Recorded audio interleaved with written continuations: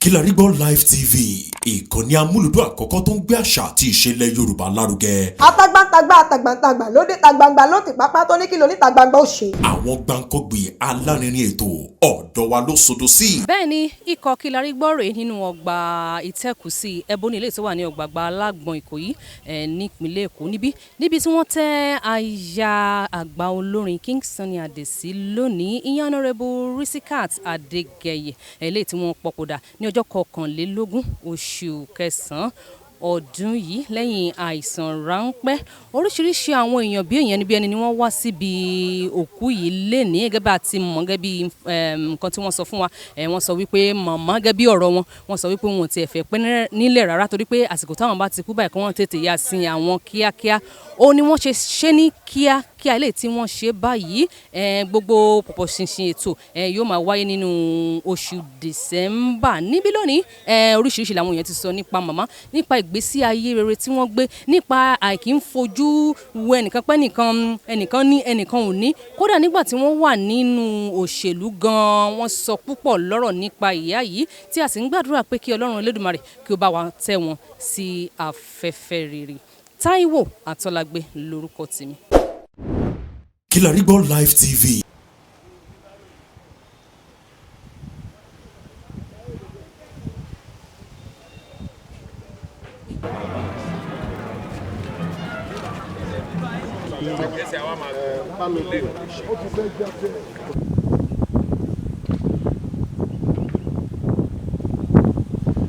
Olórí Mojísọ́lá Ahmed, mo jẹ́ àbúrò sí late Honorable Adégẹyẹ Àjọkẹ́. Mélòó la fẹ́ sọ nípa wọn? Wọ́n jẹ́ onínúure, oníwàárí, beautiful inside and out. Wọ́n dẹ̀ jẹ́ lover of giver. Kò dẹ̀ sẹ́ni tán lè tọrọ late. Bó délé wọn, even as she was dying, she was asked, what do you want to eat? Kí lẹ máa jẹ? Kí lẹ máa jẹ? She loves giving out. We will really miss her.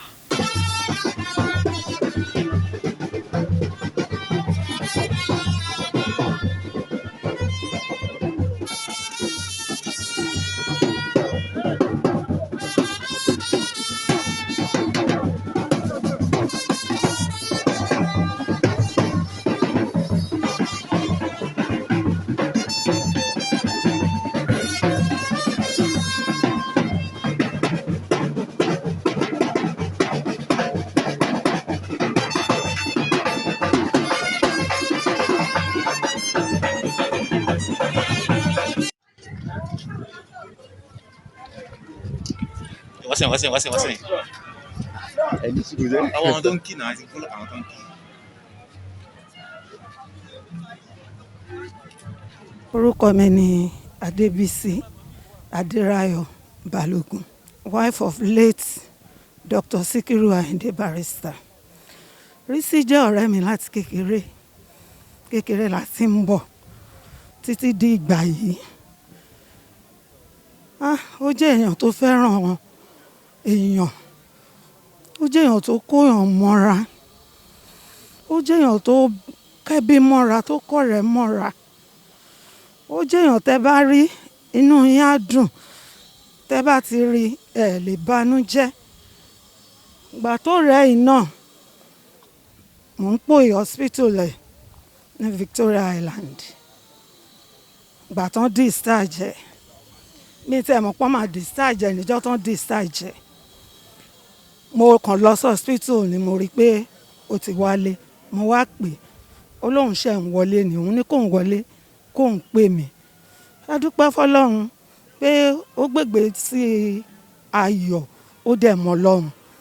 So mo bá dúpẹ́ fọ́lọ́run, mo dúpẹ́ fúnra mi náà. Gbogbo wọn látorí George, we call him George. Ọlọ́run á dáwọ́lé wọn. Gbogbo àwọn ọmọ tó fi sílẹ̀, wọn ò ní yànkù, wọn á dàgbà, wọn á dògbò, wọn á ṣe rere, wọn á gbélé ayé yìí ṣe rere lórúkọ Jésù. Mo gbàdúrà fún King Sunny Adé, àwọn náà wọn á dàgbà, wọn á dògbò, because ẹni tó ṣojú kò dàbí ẹni tó ṣẹ̀yìn. Wọ́n dúró gẹ́gẹ́ bí ọkọ, wọ́n dúró gẹ́gẹ́ bí bàbá, wọ́n dúró gẹ́gẹ́ bí ọ̀rẹ́. So a dúpẹ́ fún ìgbésí ayé wọn.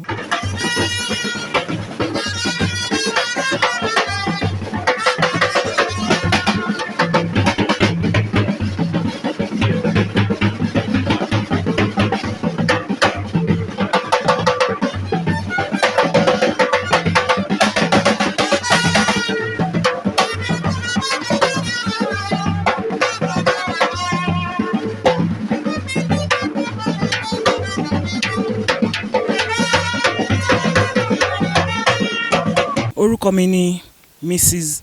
Laide Bode Thomas. I'm very close to her. Mo close sí wọn gan ni. Títí mo rí wọn títí wọ́n fi kú.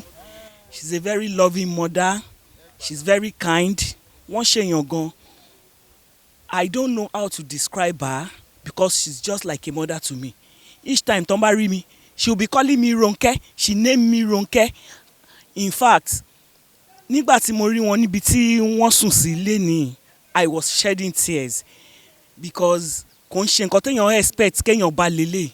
But any which way, tó Ọlọ́run, a dúpẹ́ ẹ̀mí, a dúpẹ́ ibi tí wọ́n wà, a dẹ̀ dúpẹ́ ibi tí wọ́n fi wọ́n sí. I wish she could be here, but there's nothing we can do. Àdúrà fún ọmọ wọn George àti bàbá ni pé Ọlọ́run á rẹ̀ wọ́n lẹ́kún, wọn ò ní rí ọ̀fọ̀ nínú ìdílé wọn mọ́. Wọn dẹ̀ ní rí káwọn èèyàn máa bọ́ bàtà sí ẹnu ọ̀nà wọn mọ́. Ní orúkọ Jésù.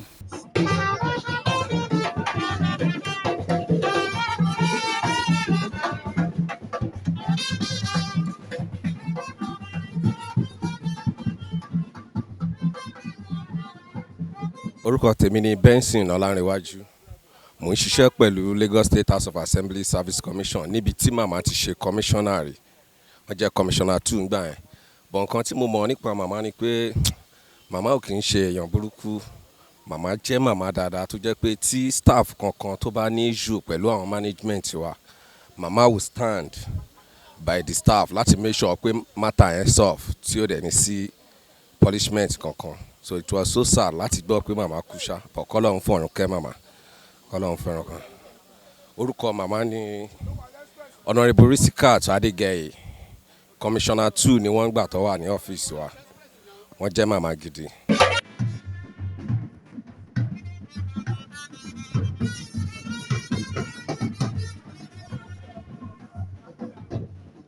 Ajia Medinat Balogun ọ̀rẹ́ mi náà jẹ́, wọ́n dẹ̀ tún jẹ́ gbọ́n mi, àmọ́ wọ́n máa ń pè mí ní Balógun Balógun. Wọ́n fẹ́ràn mi púpọ̀. Nígbà tí ọmọ mi fẹ́ ṣe ìyàwó ní 2013, mo wá lọ bá wọn pé màmá ọmọ mi fẹ́ ṣe ìyàwó. Wọ́n ní Sànní la máa pè, Sànní ló máa ṣeré bí eré ọmọ ẹ̀. Mo ní màmá, èmi ó pọ́ níbo ni mo ti fẹ́ rówó Sànní, nǹkan tó bá ní lọ mú wá lọ sọ́sà àkáǹtì, Sànní dẹ̀ máa wá ṣeré. Sànní dẹ̀ ló wá ṣeré lóòótọ́. Àwọn nìkan náà bá mi wọṣọ ẹbí because aṣọ yẹn wọ́n gan. Wọ́n dẹ̀ bá mi wọ̀, wọ́n dó ta ọmọ mi, èèyàn dáadáa ni wọ́n. Mo lọ wo wọn lọ hospital, mo sì rí wọn ló kọ̀la tó máa kú. Bẹ́ẹ̀ náà sì wá jẹ́ ká gòkè. Ọlọ́run á dúró tì wọ́n. Wájú tán kọjú sí, Ọlọ́run á jẹ́ kó dáa. Ẹ̀yìn tán fi sílẹ̀ kò ní bàjẹ́. Ọlọ́run á bá wa dúró ti George àti bàbá àti gbogbo àwa tá a kù tó rán bímọ púpọ̀. Ọlọ́run fi ikú ó fi ṣe sinmi fún wọn. Bismillah Allah.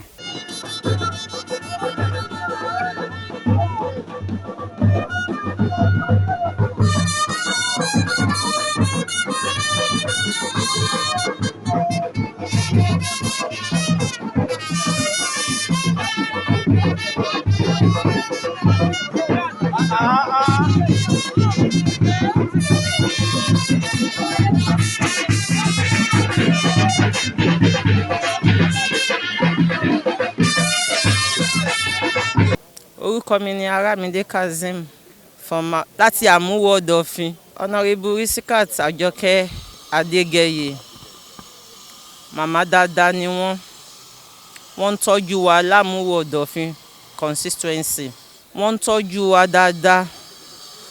She is a wonderful woman, a mother in a trillion, a great philanthropist, a great leader, a charismatic leader. We will miss her so much in Àmúwò Ọ̀dọ̀fin. She is a great woman, an Amazon, a political juggernaut. She is a great asset in Àmúwò Ọ̀dọ̀fin. A máa miss wọn gan ni. Wọ́n ń tọ́jú ọmọdé, wọ́n ń tọ́jú àgbà, wọ́n ń tọ́jú opó, wọ́n ń tọ́jú obìnrin, wọ́n ń tọ́jú ọkùnrin, wọ́n ń tọ́jú àgbàlagbà.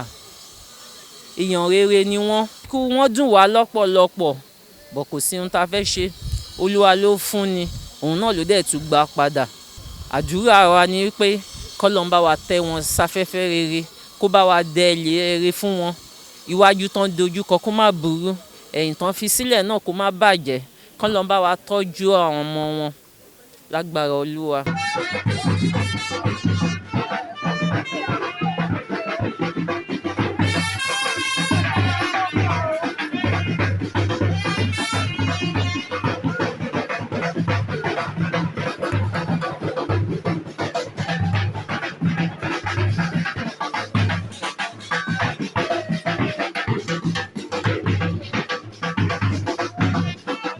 Mi ni Fọláṣadé Afọlábí. Àǹtí mi ni Risikat Àjọkẹ́ Adéníyì Adégẹyè. She's an icon, a rare gem tí Olúwa pè sílé too soon.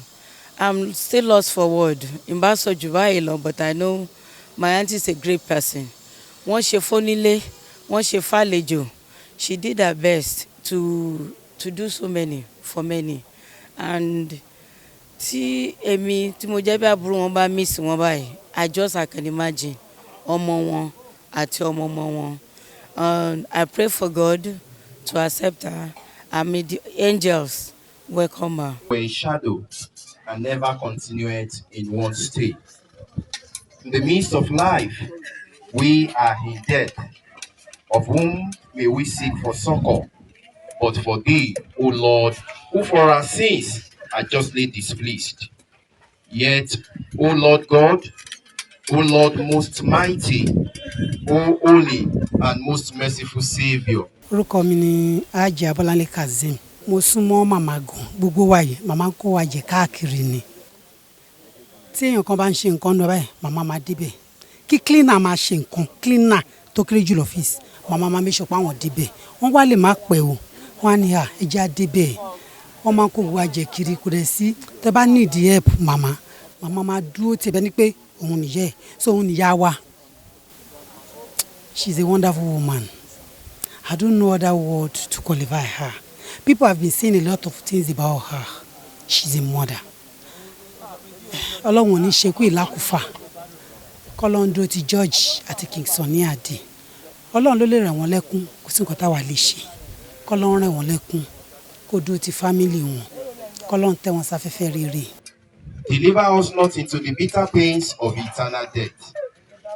Thou knowest, Lord, the secrets of our hearts. Shut not thy mercy ears to our prayers, but spare us. Lord most holy, O God most mighty, O holy and merciful Savior, thou worthy, Judge eternal, suffer us not at the last. Orúkọ mi ni Eniola Adédèjì. Olóògbé jẹ́ gẹ́gẹ́ bí ìyá sí mi. We call her Big Mommy. Kí ni mo lè sọ nípa olóògbé? Olóògbé jẹ́ èèyàn tó gbọ́ oge. Èèyàn tó kọ́ èèyàn mọ́ra, ẹbí, ará, ọ̀rẹ́, ọmọ ẹ̀gbọ́n, ọmọ àbúrò, ọmọ ìyálé, ọmọ ìyàwó tó jẹ́ pé ẹ̀ní dá ìkan mọ̀ yàtọ̀ síra wọn. Olóògbé jẹ́ èèyàn tó kọ́ wa ní ọ̀nà, ó kọ́ wa ní fàárí, ó kó gbogbo wa mọ́ra, kò jẹ́ ká mọ ọmọ ẹ̀gbọ́n yàtọ̀ sí ọmọ àbúrò, kò jẹ́ ká mọ ọmọ ìyálé yàtọ̀ sí ọmọ ìyàwó.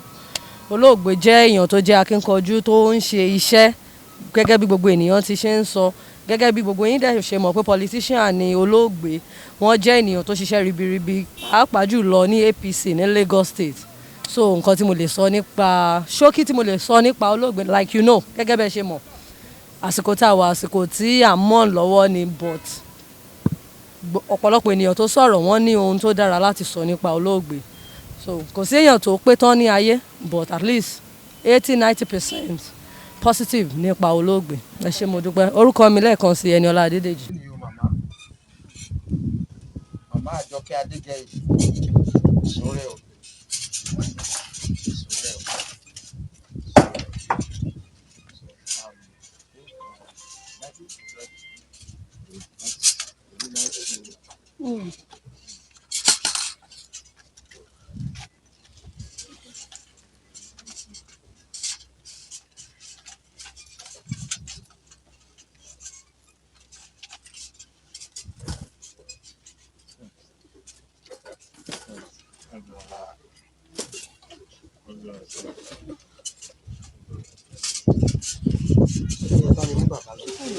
all other children, please.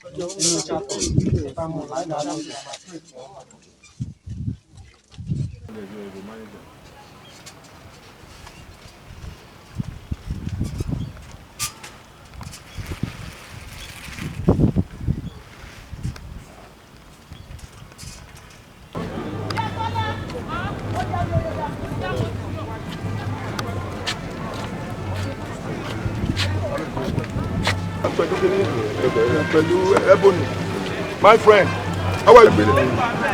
With the banu kiri men.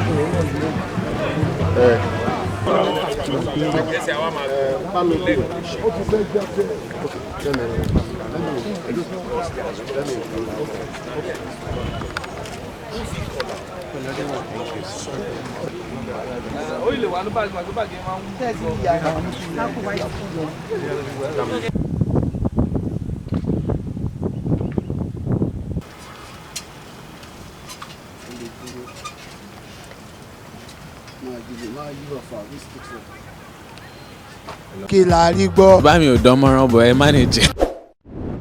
Kilarigbo Live TV ìkànnì amúlùdún àkọ́kọ́ tó ń gbé àṣà àti ìṣẹ̀lẹ̀ Yorùbá lárugẹ. Atagbantagba lóde tagbangba ló ti pápá tó ní kí ló ní tagbangba ó ṣe. Mo gé ètì ẹ̀. Àwọn gbàǹkọ́gbì alárinrin ètò ọ̀dọ́ wa ló sodo sí. Mo lè má lè sọ òyìnbó púpọ̀ but nínú Yorùbá tí mò ń sọ àwọn kan yọ Yorùbá ń bẹ̀. Ṣé báwa náà kọ́ Ọlọ́run ọba ni kámú láti Kilarigbo Unlimited. Kilarigbo Unlimited ládùn ètò tí kò láfiwé ẹ máa ní àǹfààní láti jẹ̀gbádùn onírúurú ìṣẹ̀lẹ̀ káàkiri àgbáyé. Tó bá kó wájú sí ọkọ ọ̀tá, tó bá kẹ̀yìn sí ẹ̀kọ́ ọ̀tá, tó bá kù wọ́n nìkan kó o tún rárá rẹ̀ pa gẹ́gẹ́ bí ọmọlúàbí. Òun náà ni ọ̀rọ̀ tí a fi ṣíde ètò tòní lórí ètò bó ṣe lọ lórí Kilarigbo TV. Àjọrò. Orúkọ tèmi ni Samuel Ọláolúwa Ọlásẹ̀yìndé tí gbogbo èèyàn mọ̀ sí Samuel Ajirebi. Inú mi dẹ̀ dùn láti wà lórí ètò yìí. Ọ̀rọ̀ tó ń lọ. Insecurity kò sí right from now. Ṣẹ́ǹsì kò sí. Wọ́n dẹ̀ sọ pé ẹni tí bá ń pa kò sí nǹkan tó máa fi lọ tí ò ní ṣe. Wọ́n ti ta ẹ̀jẹ̀ Yorùbá sílẹ̀ jù. Inú wọn ò dẹ̀ dùn fún nǹkan tó ń ṣẹlẹ̀ lórílẹ̀‐èdè yìí. Nǹkan tó ń ṣẹlẹ̀ yìí Ọlọ́run á jẹ́ ká pa ìjọba lè ka. Ọ̀rọ̀ sunukun. Kí gbogbo ẹ̀yin ará lé káàbọ̀ lẹ́ẹ̀kan sí lórí àkọ́tún ètò wa ètò yín ọ̀rọ̀ sunukun. Níbi náà la máa ti máa ń gbẹnulé àwọn ọ̀rọ̀ lọ́ọ̀kan òjọ̀kan ọ̀rọ̀ lóríṣiríṣi níbi tí gbogbo ohun tó bá ń lọ lórílẹ̀‐èdè Nàìjíríà àti káàkiri àgbáyé lápapọ̀. Lágbo.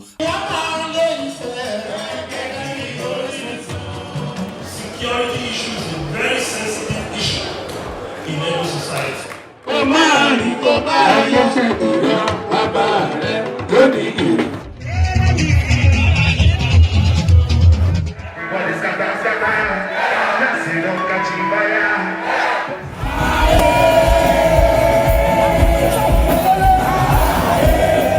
Aláràkúàrà. Orí ètò Aláràkúàrà ni a wà yìí lórí Kilarigbo TV. Mo lo ata, tomatoes, àlùbọ́sà, ẹyin, mo lo carrot, mo dẹ̀ tún fi hot dog náà sí. A jẹ́ wípé ọ̀nà aláràgbà yìí dáadé ẹgbẹ̀ láti sè é. Bẹ́ẹ̀ ni eléyìí ló ń pè ní intercontinental egg sauce. Mélòó la fẹ́ kà nínú eyín adépèlé.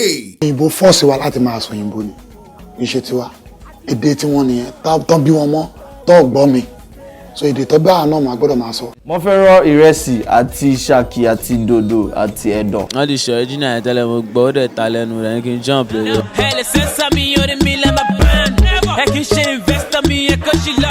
Tẹ́ bá edit fíìmù tó tẹ́ bá tí ì fi orin sí tó ń pè ní soundtrack fíìmù èèyàn tí complete kò tẹ̀ ní mínì. Láti ilẹ̀ mo ti láì pé kí n máa wo fíìmù Yẹmí my lover má fìyà jẹ mí o. KPK kò gbọ̀kẹ̀ Kilarigbo ló ń jẹ́ bẹ́ẹ̀ ká ṣe àkálẹ̀ àwọn ayẹyẹ lọ́nà tí ìgbàlódé léyìí tẹ́yìn ó sì gbádùn ẹ̀. Ọba sọ́yìn ọ̀rọ̀ jábẹ́sì padà ìwọ ni Olúwa wá fàyè mi ṣe yanu. Kilarigbo Live TV gbọ́ ń pa ẹ̀.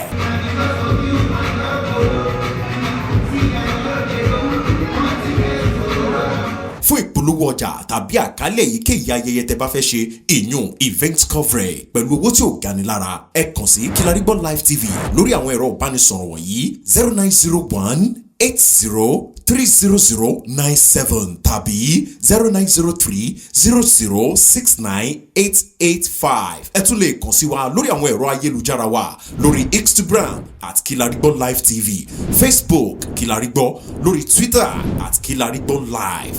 ẹ bá wa dòwò pọ̀ kẹrẹ́rìn ayọ̀. Kilarigbo Live TV, ẹ̀rọ amóhùnmáwòrán tíá.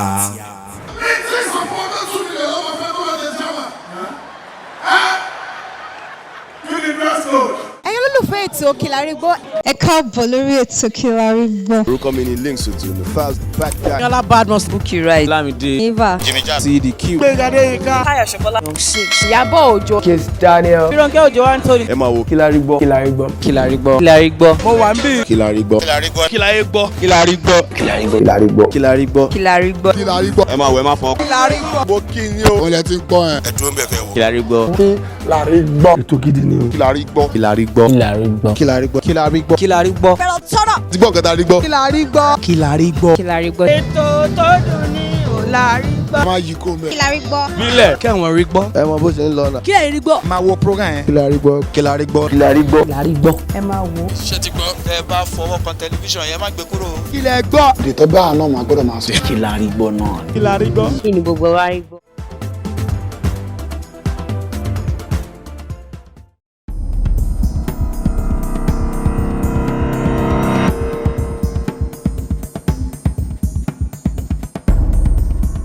ìrọ́ mi ní mo kí.